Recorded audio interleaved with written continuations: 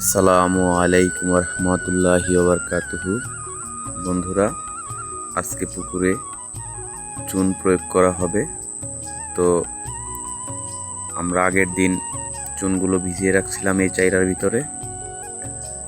তো বালতি ভর্তি করে চুনগুলা পুকুরে নিয়ে যাওয়া হবে। তো চুনগুলো পানি দিয়ে পর্যায়ক্রমে মিক্সার করে নেওয়া হচ্ছে। তো আমাদের এই পুকুরে প্রচুর পরিমাণ ছোট পানা দেখতে পারতেছেন। তো আমরা চাচ্ছি না এই পানাগুলা মারা যাক, কারণ এটা একটা মাছের খাবার হিসাবে কাজ করে। তো চুনগুলো যদি এর উপরে পড়ে তো পুকুরের তলদেশে চুনগুলো পৌঁছাবে না, প্লাস আপনার এই পানাগুলা মারা যাবে। তো সেই জন্য একটি বাঁশ দিয়ে পানাগুলো সরিয়ে দেওয়া হচ্ছে, পিছন থেকে চুন প্রয়োগ করা হচ্ছে। তো ভিডিওটা দেখতে থাকুন। আমরা এইভাবে পুকুরটা প্রস্তুত করে নিচ্ছি। আমাদের এই পুকুরে এখন দেশীয় কিছু মাছ আছে, তাছাড়া আমাদের বাংলা যেই মাছগুলো বলে ওই মাছগুলো এখন আমাদের ছাড়া হয়নি।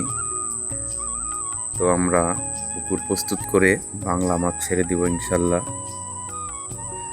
তো চুনগুলো পর্যায়ক্রমে এইভাবে ভালো করে মিক্সার করে নেওয়া হচ্ছে,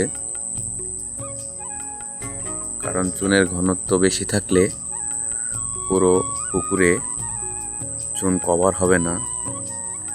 তো আমাদের এই পুকুরটা 1 বিঘার কাছাকাছি বা 1 বিঘাও হতে পারে, মাপ করা না।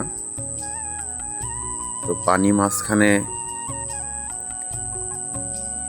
6 ফিটের মতো 7 ফিটের মতো হবে। তো চুন প্রয়োগ করা হচ্ছে, দেখতে থাকুন। আমাদের ভিডিও ভালো লাগলে লাইক কমেন্ট শেয়ার করবেন, বন্ধুদের মাঝে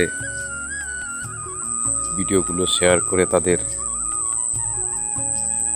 জানিয়ে দেবেন পুকুর কিভাবে প্রস্তুত করতে হয় পানা সহকারে। তো এই পানা মাছের একটি খাবার, খুবই ভালো একটি খাবার, প্রোটিন সমৃদ্ধ। তো এই চুনের সাথে এমন একটা জিনিস আছে, ওইটা যদি মিশিয়ে দেন তাহলে পুকুরে প্রচুর পরিমাণে প্লান্টন তৈরি হবে।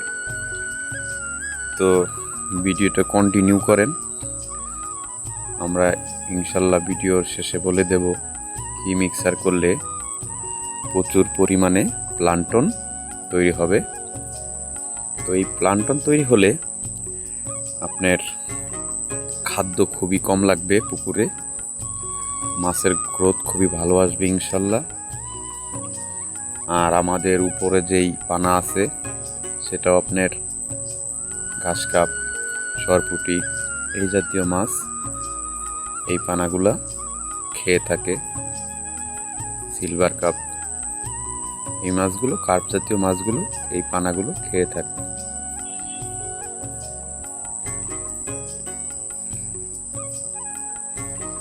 তো কম খরচে আপনার পুকুরে প্রাকৃতিক প্লান্টন তৈরি করার জন্য তেমন টাকা খরচ হয় না। তো অনেক ধরনের মেডিসিন পাওয়া যায়, ওইগুলো দিয়েও প্লান্টন তৈরি করা যায়। তো আমরা ন্যাচারাল প্লান্টন তৈরি করছি খুবই কম মূল্যে। আমাদের এই পুকুরে আমরা 40 কেজি চুন প্রয়োগ করছি। তো দেখতে থাকুন।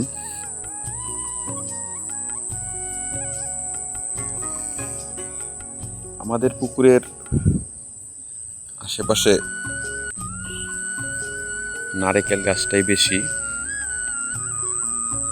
তো পুকুরে পর্যাপ্ত পরিমাণ রোদ পড়ে, পানির গভীরতাও মোটামুটি ভালো, সারা বছরই পানি থাকে ইনশাল্লাহ।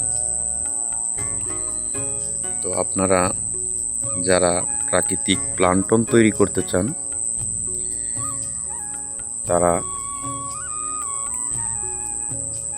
আটা ব্যবহার করবেন।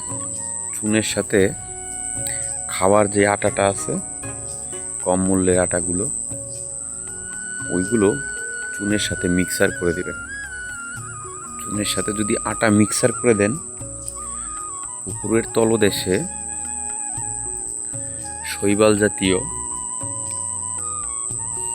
কিছু উদ্ভিদের মতো, শ্যাওলার মতো তৈরি হবে, এবং কি পানির যেই কালার আছে এটা আপনার সবুজ রং ধারণ করবে। তো আমাদের এই পুকুরে পর্যাপ্ত পরিমাণ পানা থাকার কারণে সূর্যের আলো পানির তলদেশে পৌঁছাতে পারবে না। তো আমরা মাছ ছাড়ার আগে এই পানাগুলো এক পাশে চাপিয়ে দেব বা স্তূপ আকারে রেখে দেব, মাছ খেয়ে নেবে। তো আমাদের ভিডিও ভালো লাগলে লাইক কমেন্ট শেয়ার করবেন। আজকের মতো বিদায় নিচ্ছি, আল্লাহ হাফেজ।